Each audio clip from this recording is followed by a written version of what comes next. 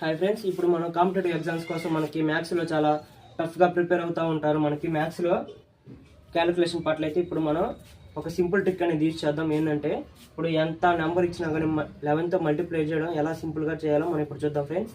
ఇప్పుడు 2 నెంబర్స్ ఉన్నాయి. 2 numbers into మళ్ళీ 11తో మల్టిప్లై చేస్తున్నాం. ఇక్కడ ఫస్ట్ ఇక్కడ 1 ఉంది కదా, 1 ఇలాగే రాసుకోవాలి.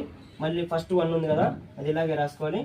ఇక్కడ ఫస్ట్ 1ని ప్లస్ ఇక్కడ 1ని మనం యాడ్ చేయాలి. ఇక్కడ 1 + 1 అంటే 2 వస్తుంది. మనకి ఇక్కడ 121 అయితే ఆన్సర్ వస్తుంది.